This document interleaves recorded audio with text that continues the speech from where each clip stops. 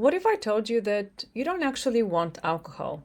I know, that probably sounds ridiculous.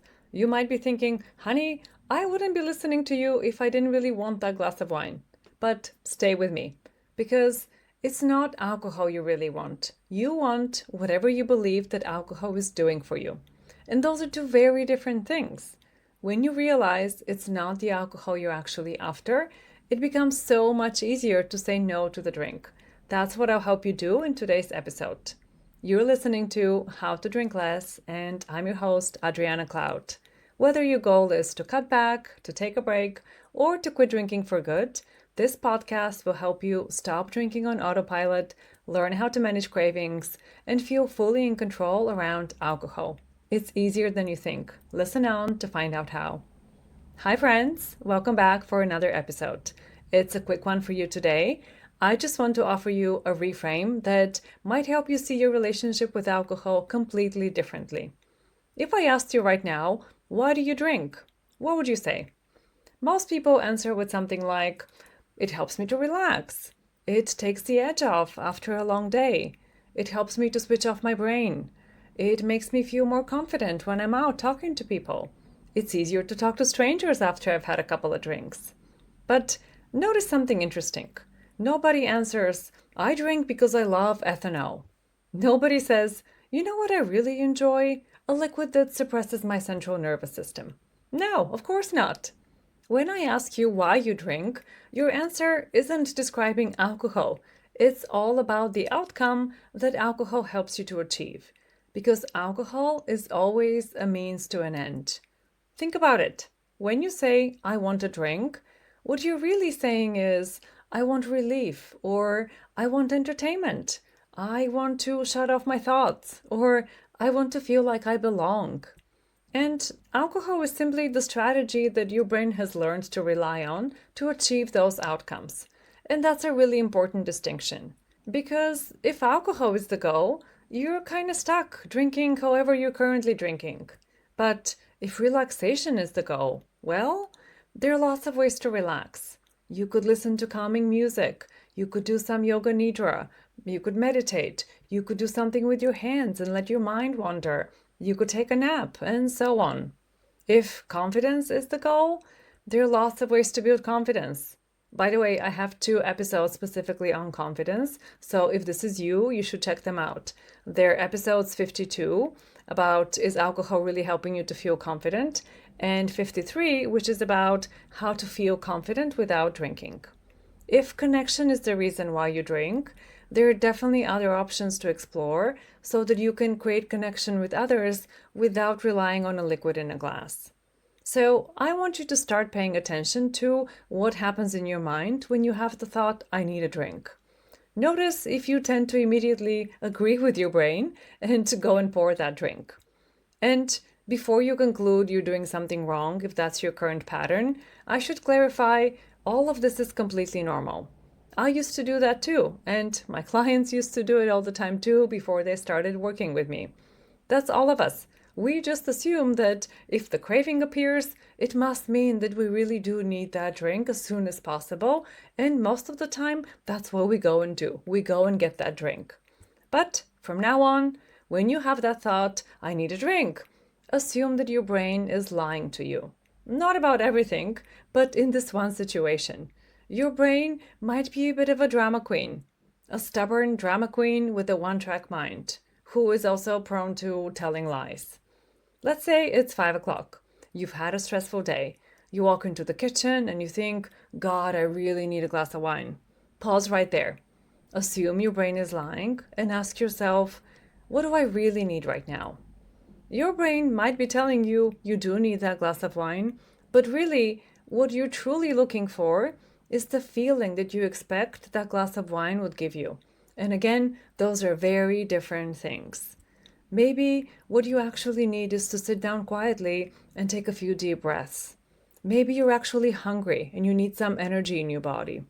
Maybe your brain has been solving problems for 10 hours straight and it wants a break so it can check out. Maybe you're lonely and you need a hug.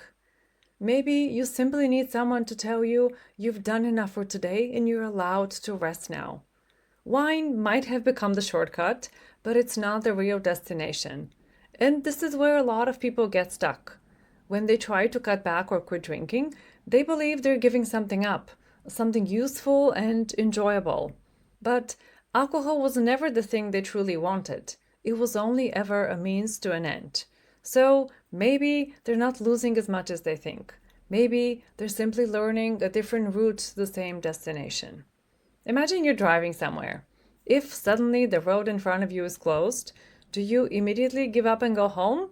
Of course not. You look for a different route. The destination hasn't changed. You're still trying to get to where you want to go.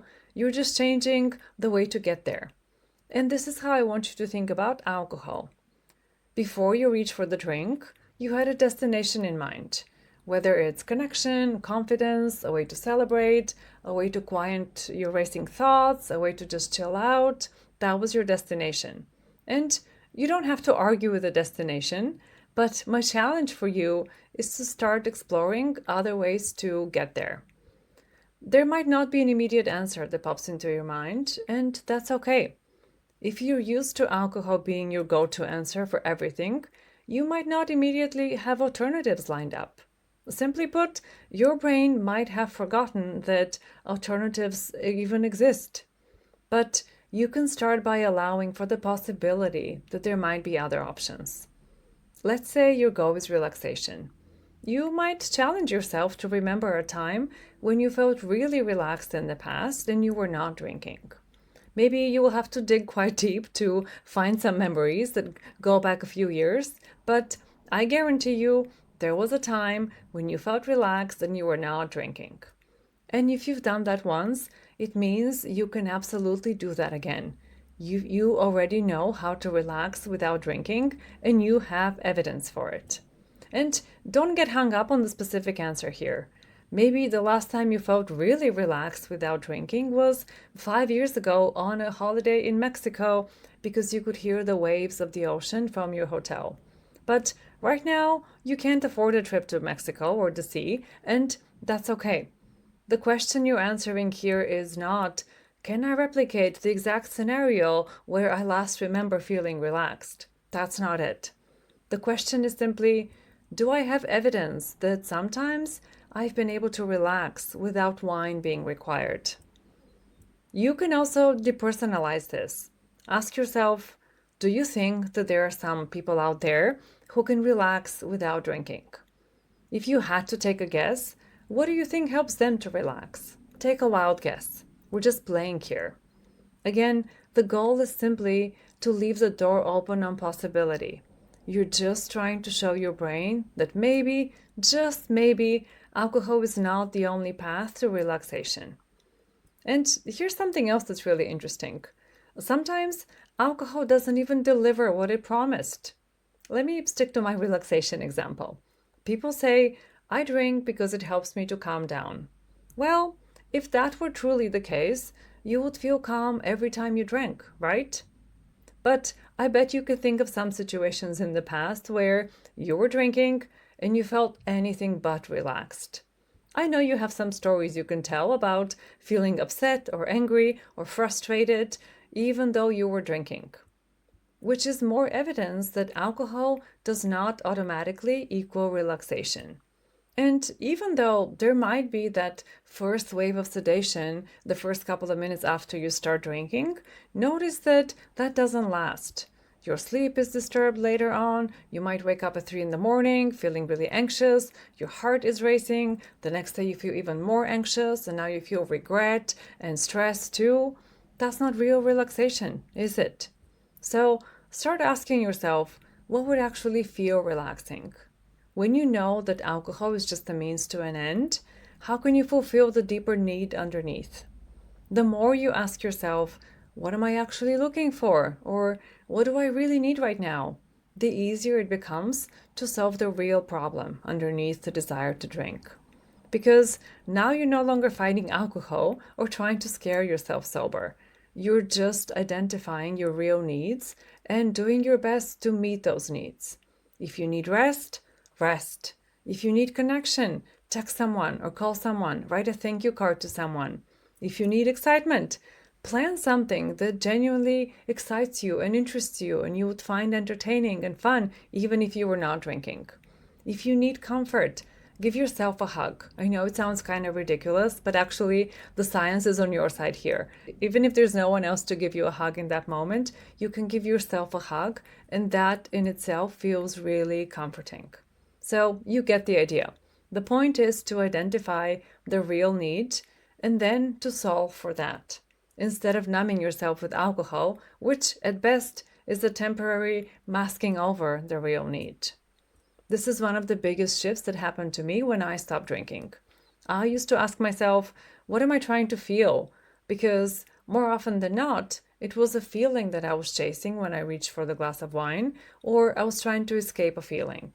And that question, what am I trying to feel, really changed everything for me. Because once you understand the real problem, you have options, you have agency, and you have evidence that alcohol is not a sustainable answer in the long term. So, next time you catch yourself thinking, I want a drink or I need a drink, pause. Assume it's a lie. That's just the route that your brain was suggesting you take, but it's not the real destination. And once you have identified the actual destination you want to head towards, then it's just a matter of finding a different way to get there. I want to emphasize something else here. Don't judge yourself for thinking you want a drink. It's not your fault you've learned to rely on alcohol as a shortcut. How human of you, when that's what we see all around us on TV, on billboards, people drinking around us for any and all occasions. Of course, that's what we learn to believe, that drinking is normal. Of course, your mind still goes to the belief that alcohol is the answer. But as I love saying, what is learned can be unlearned. You can learn to understand and meet your real needs, even if it takes you a minute to do that. And if you're finding it difficult to answer the question of what is the deeper need alcohol has been pretending to address, or if you're struggling to let go of the idea that alcohol is the only way to fulfill that need, I would love to help you. This is exactly the kind of work I do with my coaching clients. Together, we uncover what alcohol has been doing for you and help you to build a life where you no longer need it to do that job. You find other ways to meet your needs and to feel happy and connected and fulfilled. If you would like to learn more, come along to the free class I'm teaching. It's called How to Stop Wanting Alcohol. And I will teach you why your brain keeps craving alcohol and, more importantly, how to start changing that without relying only on willpower. Go and sign up for the class right now, because once you understand that you have control over your desire for alcohol, it's so much easier to change your drinking habits. The link is in the show notes, and the class is absolutely free. That's all for me today, my friends. Have a great week, and I'll talk to you next time.